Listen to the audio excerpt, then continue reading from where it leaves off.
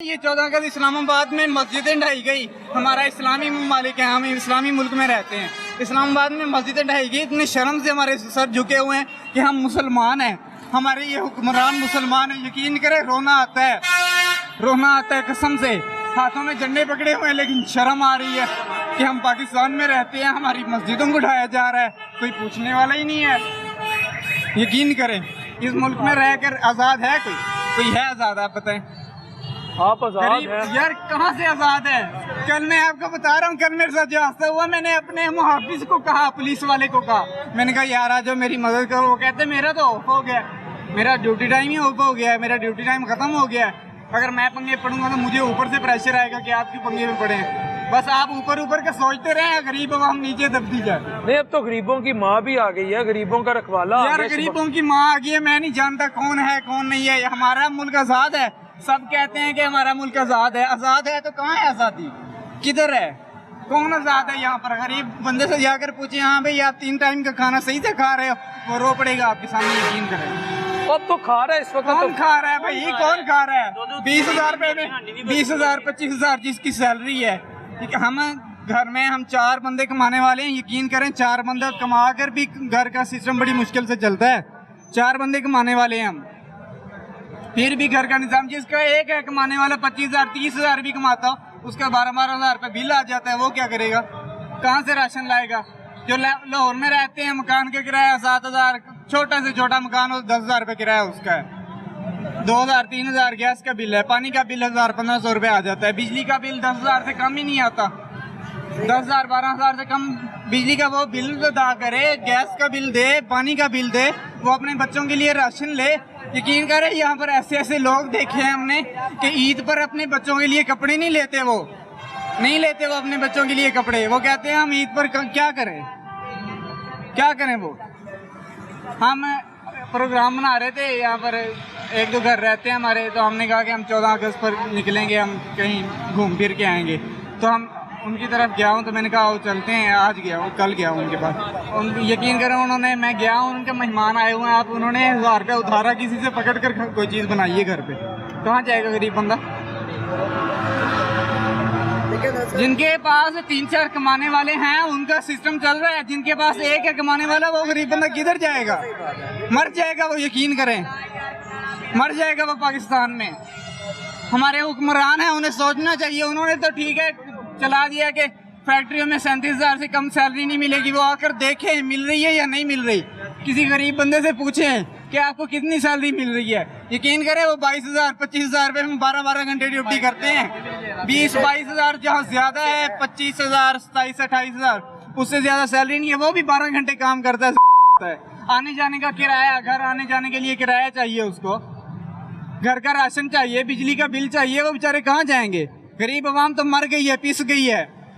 तो ये जो कह रहे हैं महंगाई खत्म हो गई है, इसका क्या है? यार खत्म हो ना हो, आपको दिख रहा है, सबको दिख रहा है। ये भी खड़े हुए हैं, कहाँ खत्म हुई है महंगाई? नहीं, आपकी उम्र का नौजवान अगर रो पड़ा ना, तो मुझे आज तक यार यकीन करें हमारे दिल में यही उम्मीद होती है कि यार इंशाल्लाह एक दिन अच्छा होगा हमारे लिए एक दिन अच्छा होगा। लेकिन जो ये हम करप्ट निज़ाम देखते हैं ना, तो हम कहते हैं यार कहाँ जाए हम कहाँ जाए? यहाँ की नौजवान नस्ल नशे पर लग जाए, डकैतियाँ करने लग जाए, चोरियाँ करने लग जाए, फिर कहते हैं कि सीसीडी आ गई है, फिर सीसीडी को लगा दो कि इनकाउंटर कर दो इनका।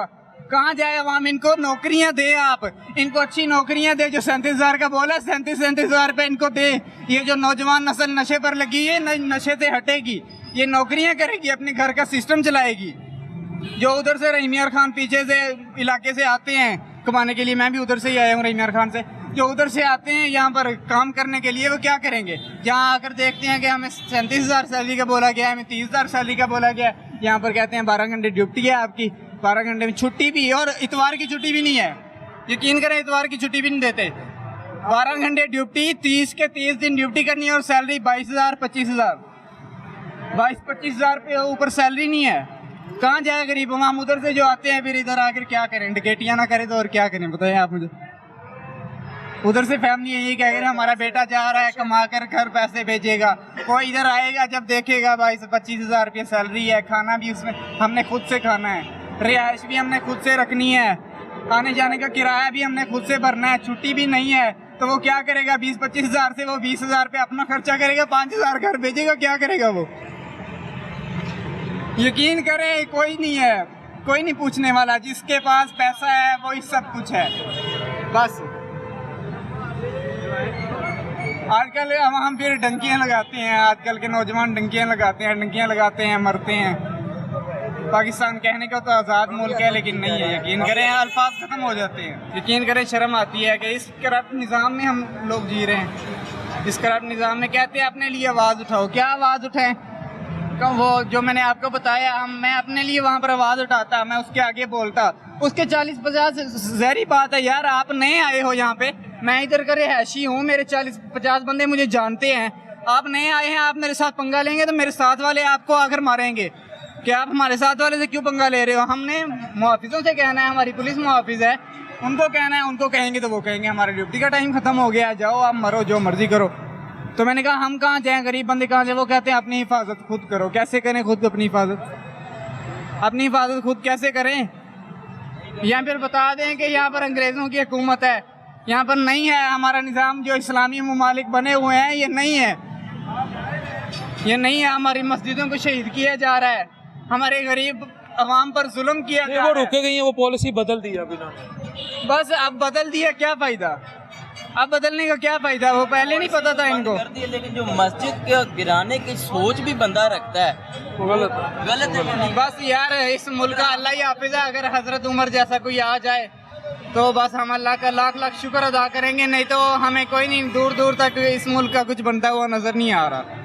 हमें नहीं नज़र आ रहा। गरीब आवाम जो है वो पीसती चली जा रही है। जो गरीब आवाम अपनी घर की, यकीन करें, चीज़ें बेच कर, घर की चीज़ें बेच कर वो अपने घर का खर्चा चलाते हैं। यकीन कर लें आप। अरे कल का ये वाक़या जो उधर खंबे के ऊपर एक बंदा गया है, वो ऊपर चढ़ा है, उसको नीचे उतारा। बीवी से पूछा जाता है कि बीवी बेचारी कल की चिल्ला रही है, उसको नीचे उतार के उसको डंडे मार रहे हैं, उसको पीटा जा रहा है, उसको पुलिस स्टेशन में ले गए हैं। ये मैं सुबह खबर देख रहा था कि अवाम पंजाब पुलिस की मुखालिफ क्यों है।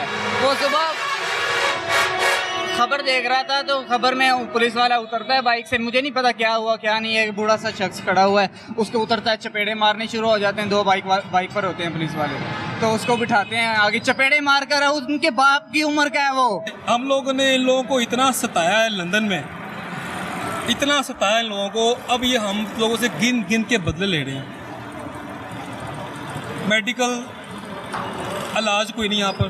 दूसरा जो बिजली के बिल हैं उसके ऊपर आवाम की जेब डाका डाल रहे हैं। तीसरा अब जो बंदा कमाता है वो भी चलान की सूरत में वो भी छीनना चाह रहे हैं।